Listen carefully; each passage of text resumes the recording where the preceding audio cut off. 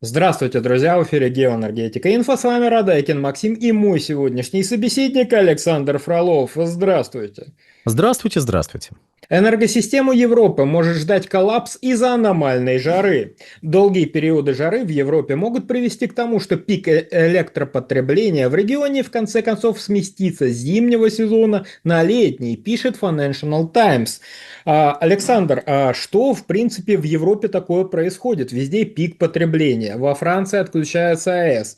Германия из бывшего экспортера электроэнергии превратилась в почти постоянного импортера электроэнергии. Словом, не глобальное ли потепление всему виной? Давайте начнем с Германии. Там, конечно, глобальное потепление всему виной. Глобальное потепление вызвало цунами в 2011 году, в марте, в районе Японии. Цунами вызвало аварию на Фукусиме-1, на атомной электростанции. И авария на Фукусиме-1 спровоцировала антиатомную истерию в самой Германии. Ну, если вдруг я ошибся в первопричине цунами, прошу меня простить, мне кажется, глобальное потепление, в принципе, можно в чем угодно обвинить, в том числе в цунами. Почему нет, в конце концов? Собственно, антиатомная истерия в Германии привела к тому, что из 22 гигаватт атомных электростанций там сейчас работает ноль. А вместо 22 гигаватт, которые стабильно вырабатывали электрическую энергию, там были поставлены ветряки, солнечные панели, но почему-то ветряки, солнечные панели не обеспечивают круглосуточные объемы, стабильные круглосуточные объемы производства электрической энергии. Почему так? Кто ж его знает, почему солнечные панели не работают тогда, когда в них нужда присутствует, а именно почему они не работают поздним вечером. Мне кажется, кто-то из уважаемых специалистов, желательно из Великобритании, должен разобраться в этом парадоксе, в этой странной ситуации. Возможно, в этом тоже как-то замешано глобальное потепление. Ох уж это коварное глобальное потепление. Притом, меняется ли климат? Климат, безусловно, меняется. Климат меняется вообще всю историю планеты Земля, пожалуй.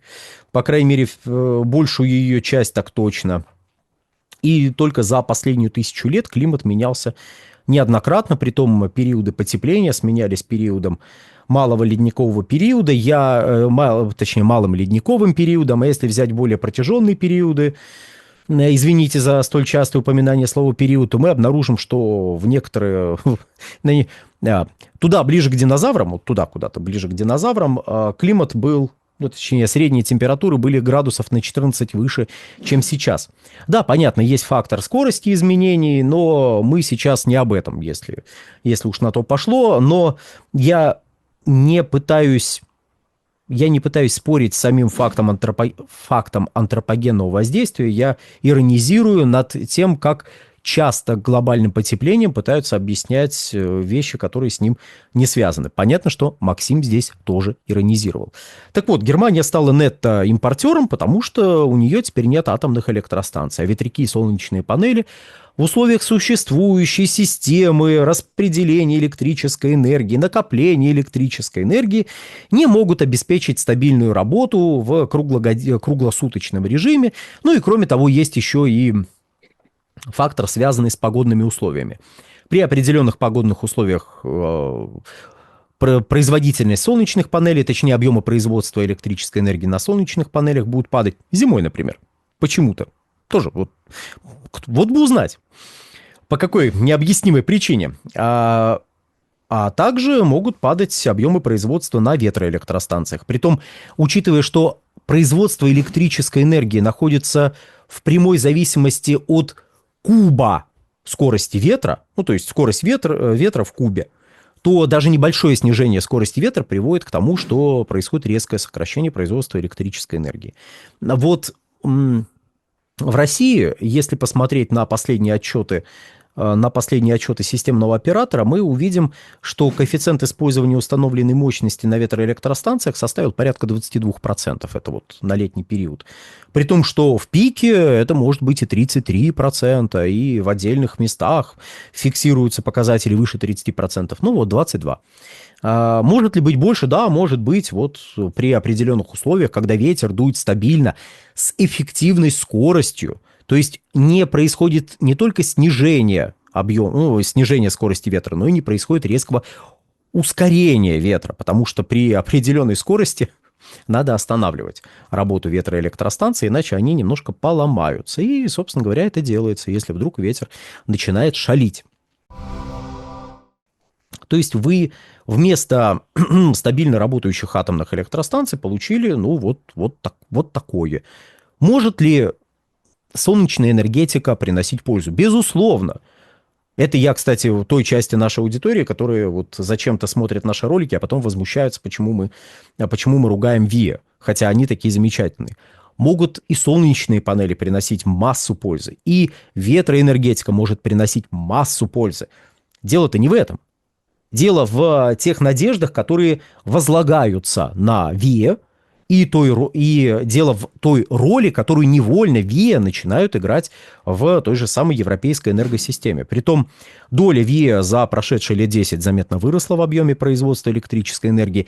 И это связано не только с сокращением объемов производства, хотя снижение объемов производства объективно наблюдается, как и снижение объемов потребления электрической энергии. Мы сейчас к ЦОДам подойдем, сейчас вот где-то вот во второй половине нашего ролика мы обязательно ухватимся за тему ЦОДов и потепления.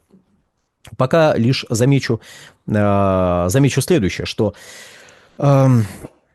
рост доли возобновляемой генерации приводил к некоторым проблемам, с которыми уже сталкивалась европейская энергосистема в 2021 году, в 2025 году. Можно посмотреть на ситуацию в Португалии и Испании, которая, конечно, вообще никак не связана с ВИА. Вообще просто абсолютно точно, как все отчеты по результатам расследования этого инцидента в Португалии и Испании во всех отчетах как было написано, что ВИА вообще не виноваты. ВИА не виноваты, но по какой-то причине там, где ВИА занимали 92%, почему-то вот возникли проблемы. Но ВИА не виноваты, да. И там, где 75 занимали, тоже ВИА не виноваты. Но просто так совпало. ВИА не виноваты, мы понимаем. Виноваты люди, которые избыточную роль ВИА отводят и не занимаются более внятным регулированием энергосистемы, надеясь на то, что рыночные силы вдруг откуда ни возьмись возьмутся, найдут денежки, вложат их в сети, электрические сети для передачи электрической энергии, вложат их в хранилища электрической энергии, то есть в крупные накопители. Знаете, так стоит такая гряда 13-тонных накопителей, которые обязательно подешевеют. Киловатт-час скоро $98 будет. Не сегодня, так завтра. А это уже дешево. Это уже дешево, когда речь идет про мегаватты. Это вообще, знаете, просто ни о чем. И главное, в тариф не надо это закладывать. Ой, надо. Кто бы мог... Какая неприятность. Оказывается, надо это будет закладывать в тариф. И вот эти накопители тоже надо будет закладывать не просто в тариф, но эти тарифы надо будет оплачивать. А теперь про ЦОДы.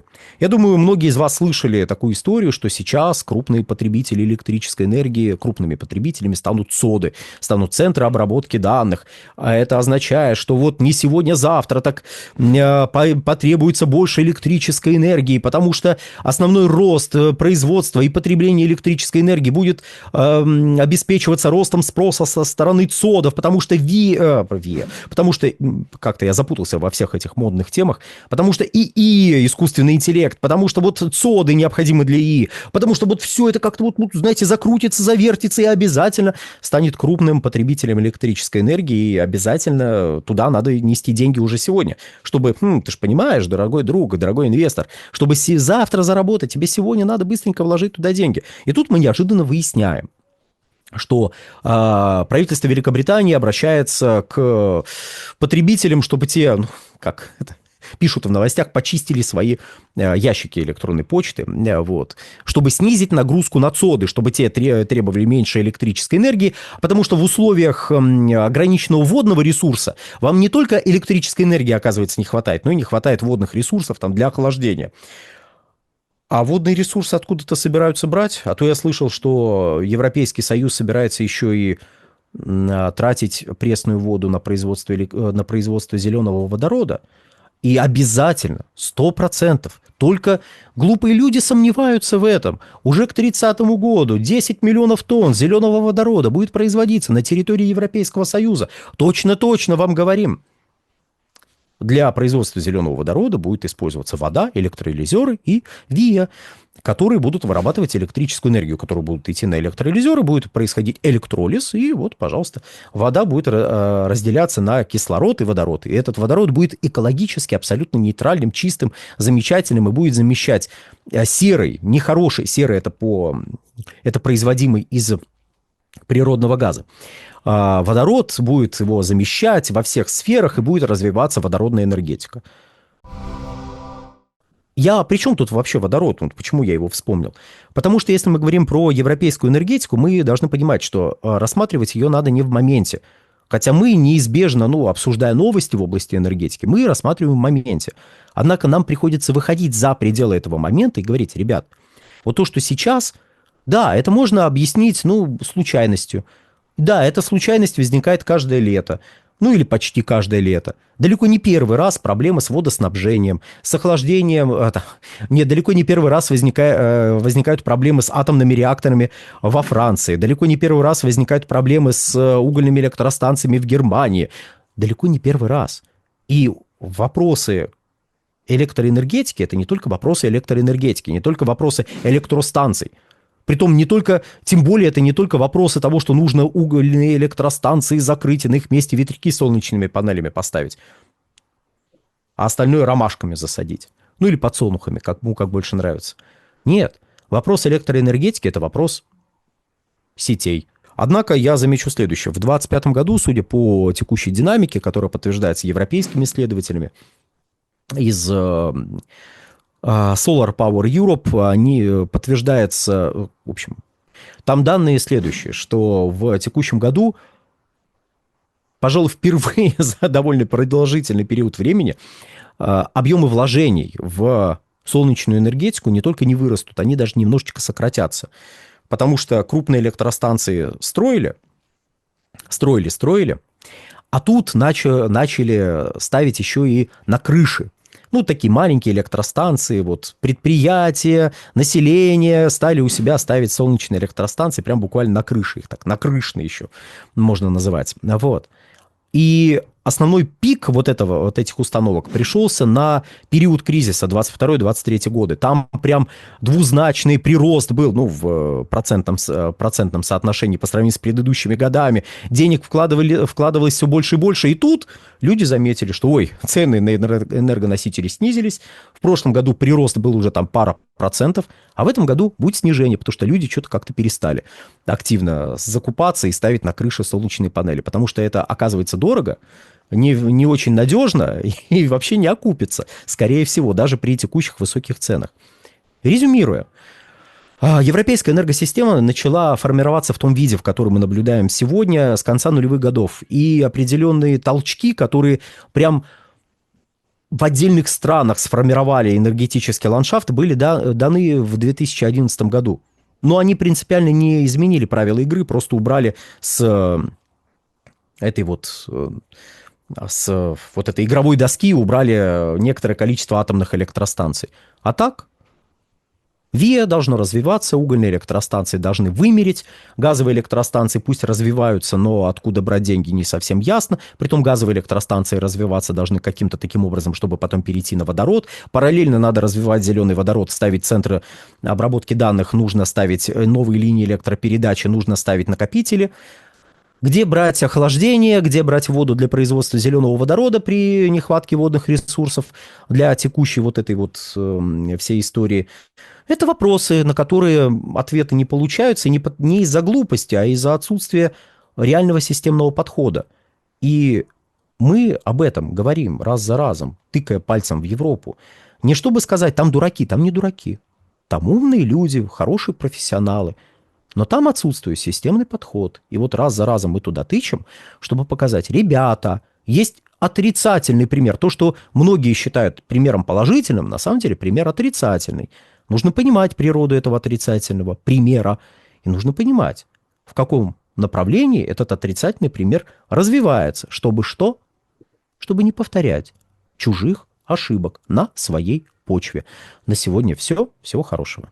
Александр, большое спасибо за комментарий, друзья. Подписывайтесь на телеграм-канал Геоэнергетика Инфо. Ссылка будет в описании и закрепленном комментарии. Там же будут реквизиты для желающих финансово поддержать наш проект, чтобы мы и дальше также бодро вещали на всех площадках без монетизации. Спасибо. До новых встреч. Всего хорошего.